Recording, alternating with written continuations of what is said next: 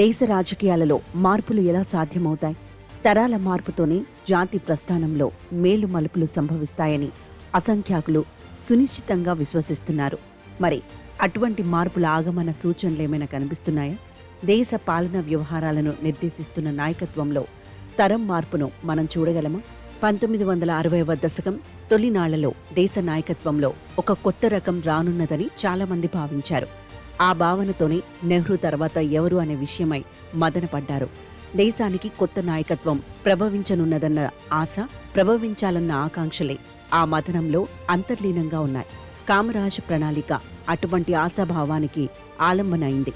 SK Patil, Atulya Ghosh, Nijalingappa, నీలం సంజీవ్ రెడ్డి మొదలైన పాత కాంగ్రెస్ యోధుల నిష్క్రమణతో దేశ నాయకత్వంలో తరం మార్పు సంభవిస్తుందని నిండు నమ్మకం ప్రజల్లో నెలకొంది.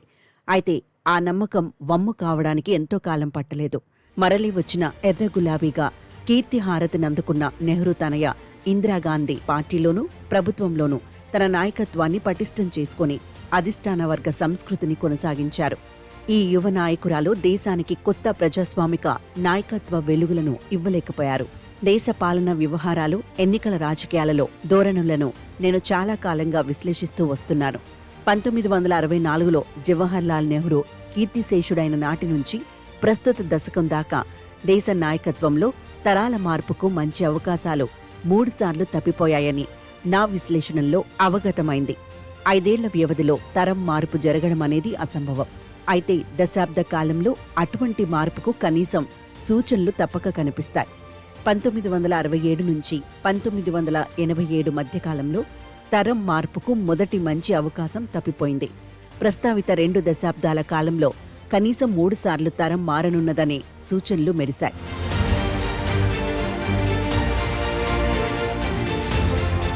యువజనులు, ముఖ్యంగా విద్యార్థులు మున్నెన్నడూ లేని విధంగా దేశ వ్యవహారాలలో తమ ఉనికిని బలంగా చాటారు. 1967లోనే 29 ఏళ్ల యువకుడు ఒకరు ఒక రాష్ట్ర ముఖ్యమంత్రిగా ఎన్నికయ్యారు. ఎటువంటి రాజకీయ కుటుంబ నేపథ్యం లేకపోగా మైనార్టీ మత వర్గానికి చెందిన ఆ యువకుడు మొత్తం 3 సార్లు ముఖ్యమంత్రి అయ్యారు. పాండిచ్చేరి మాజీ ముఖ్యమంత్రి ఎంఓహెచ్ ఫరూక్ గురించి నేను ప్రస్తావిస్తున్నాను. 1970వ దశకం తొలినాళ్లలో గుజరాత్ విద్యార్థులు ప్రభుత్వ వ్యవస్థల్లో అవినీతి వల్ల తమకు జరుగుతున్న అన్యాయాలపై తిరుగుబాటు చేశారు. నవనిర్మాణ్ సమితిగా సంఘటితమయ్యారు. ఆ విద్యార్థి ఉద్యమం బీహార్కు వ్యాపించింది. ఆ రాష్ట్రంలో అది లోక్ నాయక్ జయప్రకాష్ నారాయణ్ సంపూర్ణ విప్లవం ఉద్యమానికి భూమికైంది. ఈ ఉద్యమం నుంచి ప్రభవించిన పలువురు యువనేతలు ఆ తర్వాత దేశ ప్రధాన స్రవంతి రాజకీయాలలో అంతర్భాగమయ్యారు. 1977లో జాతీయ స్థాయిలో నాయకత్వం మార్పుకు అవకాశం వచ్చినప్పుడు ఆ యువ నాయకులలో ఏ ఒక్కరికి అధికార ఆందోళనలు దక్కలేదు. 8 దశాబ్దాలకు పైగా వయసున్న ఒక వృద్ధ నేత ప్రధానమంత్రి అయ్యారు. అయితే పట్టుమని 2.5 సంవత్సరాలు కూడా ఆయన ఆ పదవిలో కొనసాగలేకపోయారు. 1985లో ఈశాన్య భారతదేశంలో ఒక విద్యార్థి నాయకుడు రాష్ట్ర ముఖ్యమంత్రి అయ్యారు. అదృష్టవశాత్తునో లేదా యాదృచ్ఛికంగానో ఆయనకు ఆ పదవి లభించలేదు. ఒక చరిత్రాత్మక విద్యార్థి ఉద్యమం కారణంగానే ఆ యువనేతకు ఆ ఉన్నతి లభించింది. ఇదే కాలంలో ఆ తర్వాత ఎంతో మంది యువనేతలకు స్ఫూర్తిగా వెలుగొందిన ఒక నాయకురాలు దేశంలో ప్రప్రథమంగా అత్యంత చిన్న వయసులో రాష్ట్ర కేబినెట్ మంత్రి అయ్యారు. 25 సంవత్సరాల వయసులోనే మంత్రి అయిన సుష్మా స్వరాజ్ గురించి నేను ప్రస్తావిస్తున్నాను. అప్పట్లో ఆమె పార్టీకి లోక్సభలో కేవలం 2 సభ్యులు మాత్రమే ఉండేవారు. తమ పార్టీ వైపు ఆకర్షించడంలో ఆ యువ నాయకురాలు విశేషంగా కృషి చేశారు. ఈ సందర్భాలన్నీ దేశ నాయకత్వంలో తరం మార్పుకు దోహదం చేసి ఉండాల్సిందే. కానీ అలా జరగలేదు. దేశానికి అవసరమైన తరం మార్పుకు మంచి అవకాశాలు వ్యర్థమైపోయాయి. 1992, 2004 సంవత్సరాల మధ్య కాలంలో కూడా తరాల మార్పుకు మరో అవకాశం తప్పిపోయింది. కేంద్రంలో అనిశ్చితి నెలకొని ఉన్న కాలం అది. ఆ కాలంలో దీక్షా దక్షతలు ఉన్న ఒక యువ ముఖ్యమంత్రి 2 సార్లు ప్రధానమంత్రి పదవికి యోగ్యులైన నేతలను ఎంపిక చేయడంలో కీలక పాత్ర వహించారు. అయితే ఆ యువ ముఖ్యమంత్రి జాతీయ స్థాయిలో కీలక స్థానానికి రాలేకపోయారు. అలా జరిగి ఉన్నట్లయితే తరాల మార్పుకు అది ఆరంభమై ఉండేది. తరాల మార్పుకు దోహదం చేయగల శక్తి సామర్థ్యాలున్న ఒక వ్యక్తి ఇప్పుడు దేశ పాలనకు సారథ్యం వహిస్తున్నారు. మార్పు కోసం ప్రజలు స్థానిక సమాజాల నుంచి ఉద్యమం అనేది ఏదీ లేకుండా తరం మార్పుకు ఆస్కారమున్న అరుదైన అవకాశం ఇది. ఆ శక్తివంతమైన వ్యక్తి సంకల్పాలు, నిర్ణయాలు ఎటువంటి మౌలిక మార్పులకు దారితీస్తాయో పార్లమెంటుకు కొత్త భవన నిర్మాణం, దేశ రాజధాని రూపురేఖల నవీకరణే తిరుగులేని నిదర్శనాలు. దేశ నాయకత్వం తరం మార్పులో ఉందని ఎప్పుడు చెప్పగలుగుతాం? ఈ పరివర్తన ప్రక్రియకు 4 అంశాలు దోహదం చేస్తాయి. అత్యున్నత పదవులలో ఉన్న వారి వయసు, విద్యార్హతలు, దేశ పాలన ప్రాధాన్యాలు, అభివృద్ధి అజెండాను నిర్ణయించటంలో కీలక పాత్ర వహిస్తాయి. అలాగే వారి కుటుంబ నేపథ్యం, జట్టు స్ఫూర్తి అనేవి కూడా తరం మార్పు ప్రక్రియను విశేషంగా ప్రభావితం చేస్తాయి. కొత్త తరం ప్రజాప్రతినిధులు, నాయకులు ఉమ్మడి చైతన్యంతో కలిసికట్టుగా దేశ సమస్యల పరిష్కారానికి కృషి చేయవలసి ఉంది. ఓటు హక్కుకు అర్హత పొందే వయసును 21 నుంచి 18 సంవత్సరాలకు తగ్గించినప్పుడు చట్టసభలలో యువజనులకు మరింత ప్రాతినిధ్యం తప్పక పెరుగుతుందని అందరూ భావించారు.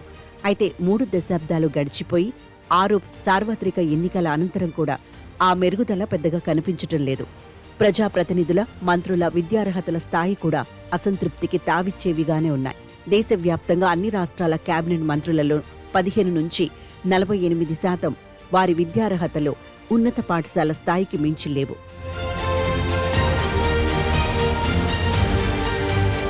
జెన్జెడ్ ఉద్యమం కారణంగా నేపాల్ గత నెలలో ఓటు హక్కు వయసును 18 నుంచి 16 సంవత్సరాలకు తగ్గించింది. ప్రజాప్రతినిధులు, మంత్రులలో చాలా మంది ఆస్తిపరులు, రాజకీయ కుటుంబ నేపథ్యాల నుంచి వచ్చిన వారే కావడం గమనార్హం. డబ్బు పలుకుపడితోనే వారు పదవులు పొందగలుగుతున్నారు. 3 దశాబ్దాల క్రితం పంచాయతీరాజ్ వ్యవస్థల్లో మహిళలకు తప్పనిసరిగా మరింత ప్రాతినిధ్యం కల్పిస్తూ రాజ్యాంగ సవరణ జరిగింది. అయినప్పటికీ చట్టసభలలో మహిళా ప్రాతినిధ్యం ఏమంతగా పెరగనే లేదు. 75 సంవత్సరాల వయసు పైబడిన ప్రజా జీవితం నుంచి స్వచ్ఛందంగా వైదొలుగుతున్న నాయకులు సైతం చాలా అరుదుగా మాత్రమే ఉన్నారు. ఈ సందర్భంగా నానాజీ దేశ్ముఖ్ను ప్రత్యేకంగా ప్రస్తావించాలి. 3 దశాబ్దాల క్రితం ఆయన అన్ని పదవులను త్యజించి రాజకీయ జీవితం నుంచి సన్యాసాశ్రమంలోకి వెళ్లారు. సాంఘిక సేవ కార్యక్రమాలకే పూర్తిగా అంకితమయ్యారు.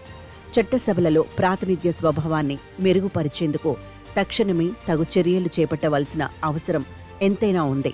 తరం మార్పును సాధించే విధంగా ఆ చర్యలు ఉండి తీరాలి. తొలుత శాసనసభలు, పార్లమెంటులో యువజనుల, మహిళల ప్రాతినిధ్యాన్ని మరింతగా పెంపొందించేందుకు సంకల్పించాలి. అవినీతి ఆరోపణలను ఎదుర్కొంటున్న వారికి ఎన్నికల్లో పోటీ చేసేందుకు అవకాశం ఇవ్వబోమని అన్ని రాజకీయ పార్టీల నాయకులు బహిరంగంగా ప్రకటించి ఆ మాటకు నిబద్ధమై ఉండాలి. మన చట్టసభలలో క్రిమినల్ కేసులు ఎదుర్కొంటున్న వారు వందల సంఖ్యలో ఉన్నారన్నది పచ్చి నిజం. కోర్టు కేసులను ఎదుర్కొంటున్న వారు ఎన్నికలలో మరోసారి పోటీ చేయకుండా ఆంక్షలు విధించాలి. 2029 సార్వత్రిక ఎన్నికల నాటికి ఈ ప్రక్షాళన ప్రక్రియ పూర్తి స్థాయిలో అమలు కావాలి. అలా జరగని పక్షంలో స్వాతంత్ర్య శతాబ్ది నాటికి దేశ రాజకీయ నాయకత్వంలో తరం మార్పు సంభవించటం జరగదు. అది ఎప్పటికీ సాకారమవ్వని స్వప్నంగానే మిగిలిపోతుంది.